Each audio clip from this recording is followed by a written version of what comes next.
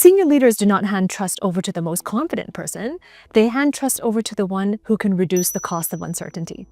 Most professionals think that trust is about performance, but in enterprise landscapes, trust is about prediction. In other words, can you see what's coming down the pipeline before it gets damaging and before things get delayed and before it gets too expensive? In this video, I will give you 5 enterprise moves that you can make to go from role occupant to enterprise level operator. Move number 1, trade your job description for a value perimeter. Your job description is a list of tasks. Your value perimeter is a set of outcomes that leadership believes that you can effectively uphold. You see, every role has an expiration value. In other words, your job will expire. Right? You've been hired because you applied for a job description and that was what you initially were responsible for. But here's the thing, every organization is designed to grow, and every leadership that is in the decision-making chair has a goal of growth. And when an organization grows, we need leaders who grow with the organization. And if you desire to be one of those leaders that grows, then you must evolve past your role and you must evolve beyond your role. So here's the thing about your role, is that your role may be strategic when you initially came into your role, but eventually as the organization grows, you're going to sense it, especially if you have goals for professional growth. You're going to sense at some point that this role is no longer challenging for you. It's no longer helping you, stretching you. And as a result of that, you've either outgrown it or it's time to grow beyond it. So that's another reason why roles expire. But even if you didn't have growth goals and you were really desiring to go deeper into where you're at, roles still expire. There's a decay. And the reason why there is a decay is because roles are there to create systemization for the organization. And when the organization grows, then the perception of value for that role also changes. There's expiration value, and then there's perimeter value. Your career does not expand merely because of mastery within the role, but because of capacity beyond the perimeter. You see, leadership, when they look at promotions and when they value decisions like that, they are risk decisions. Deciding on who to promote, who to trust is really a risk assessment. And they don't necessarily reward mastery within your role, but they will reward reduction of volatility outside the perimeter. So this is an important mindset shift to have when you're thinking about advancing your career or going for that promotion, is that your promotion is a risk reallocation, not necessarily a reward for performance. Move number 2, stop executing and start underwriting. A common belief that a lot of professionals have is, I will gain trust if I say yes, and I am committed and I'm reliable. Well, sometimes that's true until it doesn't work that way. At the enterprise level, you will gain trust if leaders can trust you in your judgment. And judgment is your ability to underwrite a decision. In insurance, underwriting is literally like this. It's what's the probability of loss, what's the cost of that loss, and then you price it. In your career, it's the exact same mental move. Instead of asking, can I do this? You start asking instead, what's the real cost of saying yes? And what's the real cost of also saying no? And then you put a price on it. You see, if you are unable to make these decisions through valuation in your own personal life, then it'll be very difficult to make this decision using valuations in business. And in business, it's the same thing. It's about what is something worth before an organization pays for it? And it starts inside out. It starts in your personal life that gets mirrored into business. Since many of you are asking me for concrete examples, let me give you one. Take any decision that you've been postponing. It could be a health choice. It could be a decision that you want to make in your life. It could be getting a coach. Most people will price the decision of doing it. They'll put a price on that, the cost of doing it, time, effort, energy, money, and so on. But an underwriter will take a look at that and look at the cost of not doing it. For example, if I don't do it, what will it do to my income ceiling? What will it do to my confidence or my market value? What will it do to me staying at my next level next year? What will it look like next year if I don't do it? So that's what an underwriter does, and that's valuation. It's putting an economic reality into the future. And if you don't see the economic reality now, you keep postponing that decision. And if you keep pricing it, the price of doing it, but you don't look at the price of not doing it, then you also remain indecisive and procrastinate the decision. And this is really important because the biggest expense is not the price of moving forward with it. The biggest expense is sitting on the decision and being indecisive until such point as the price becomes even more expensive. If you're realizing that your issue is not performance, but is enterprise perception, that's exactly the work that I do with clients. And if you are listening to this and you want my eyes on your situation, then it comes down to your choice. I'm inviting you to exercise your ability for underwriting right now. Below this video, there is a link where you can book a call with one of my trusted career advisors. And it's a conversation, casual one-on-one private conversation with no pressure. It's really to explore what are your goals, what's your unique situation, and how can I help you? Me and my team can help you to support you in elevating that enterprise perception. So this is my invitation for you to put to practice what I talked about today in terms of your underwriting and in terms of making decisions from the enterprise mindset, in terms of evaluating your decisions, your choices, and evaluating the choice and the cost of inaction. And if that's something that is important to you to expand your vision and your mindset and also for your advancement, then click the link below and I look forward to meeting with you and working with you on the inside. Move number 3. Become a translator, not a reporter. Most professionals believe that they need to write good reports and deliver good reports, reports on progress, update reports, because it's either what they've been taught or what they've been conditioned to believe. And it's true in the beginning of your career and in more junior roles that is important. But up until a certain threshold, let's say if you desire to be in senior leadership roles and have formal decision-making authority, then that prudence expires.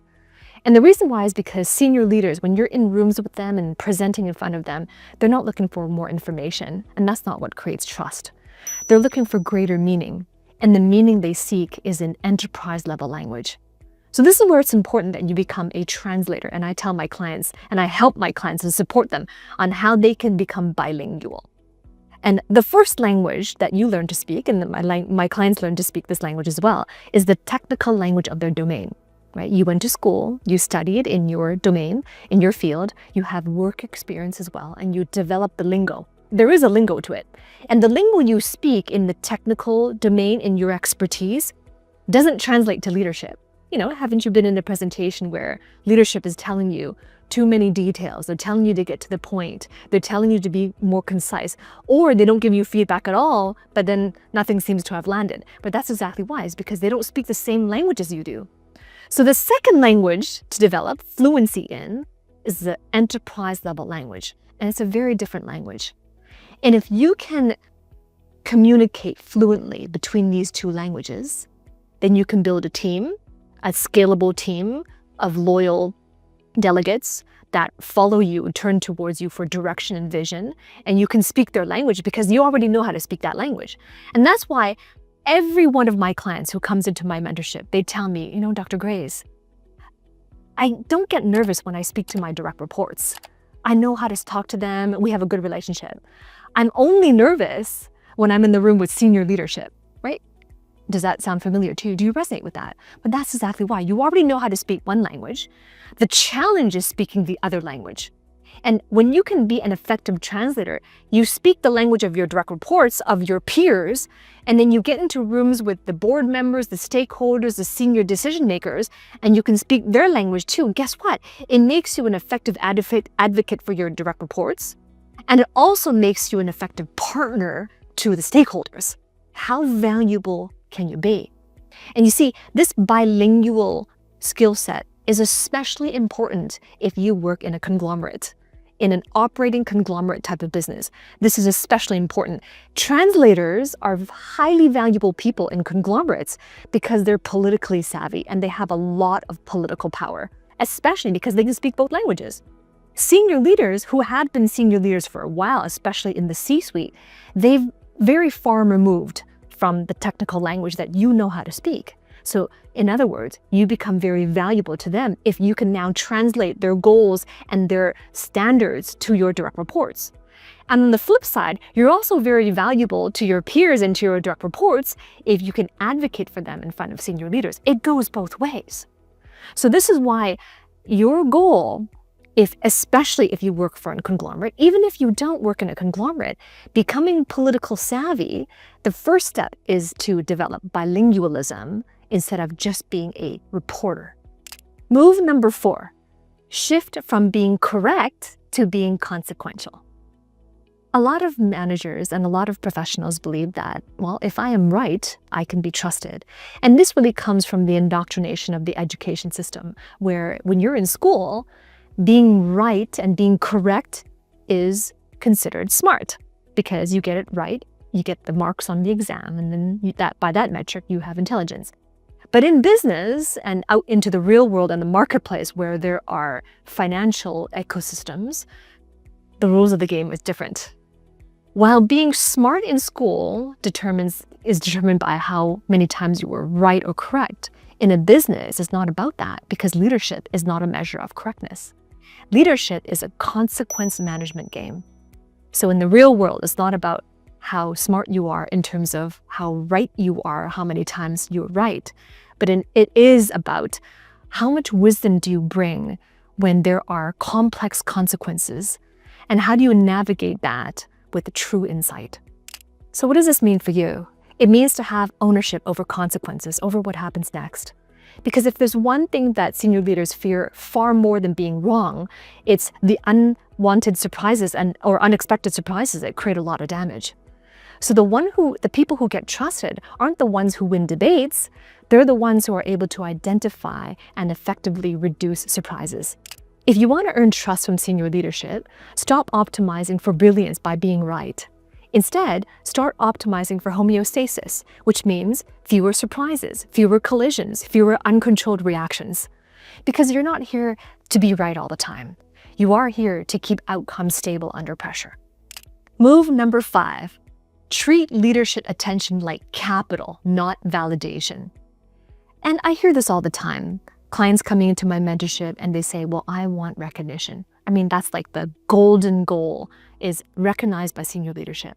But in order to be recognized, you need to capture their attention. And I'm here to tell you that attention is capital allocation.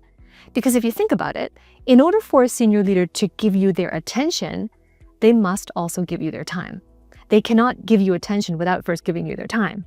And senior leaders are under a tremendous cognitive load, tremendous cognitive pressures with the amount of decisions that they have to make, and they're even greater pressure on their time.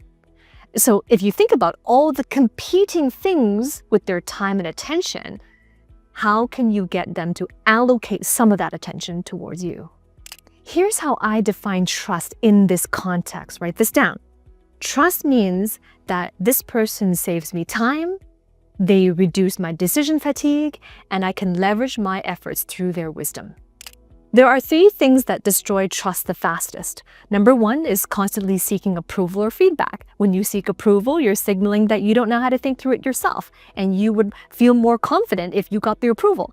The second thing is you seek feedback is that you're signaling that you don't really know how you're doing, and you need outside input to know how you're doing.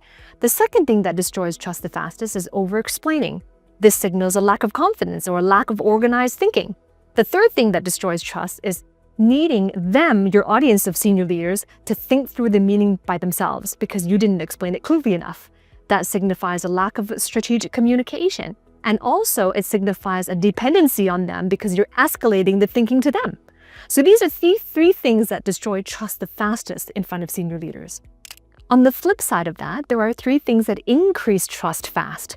Number 1 is your ability to make decisions with insight. That means that you take ownership of the decisions that you're making. You're unafraid to be decisive, and that you've thought through the trade-offs. The second thing that increases trust fast is that you reduce ambiguity, which signals that you take ownership of ambiguity, that you have the confidence to navigate it, and that you're not afraid of it and independent in your thinking, your thought process while navigating it. The third thing that increases trust fast is that you come already with insightful options and consequences that are already priced, which means that it demonstrates your ability to practice underwriting in a business, that you understand the language of business, that you can translate that into enterprise level language, which is all around P&L and understanding the financial ecosystem. It also demonstrates that you are an independent thought leader, that you can come up with options, and that you can weigh the upsides and downsides of each options as it pertains to the consequences that you've priced through underwriting. So these are 3 things that destroy trust, and 3 things that build trust. Most people try to earn trust through effort. Enterprise trust is earned through consequential literacy. And when you think enterprise, you stop asking yourself, how do I do my job well? And instead, you start asking, how do I make this ecosystem sustainable because I am here? And that's the moment that you begin to be appreciated for having leadership capacity.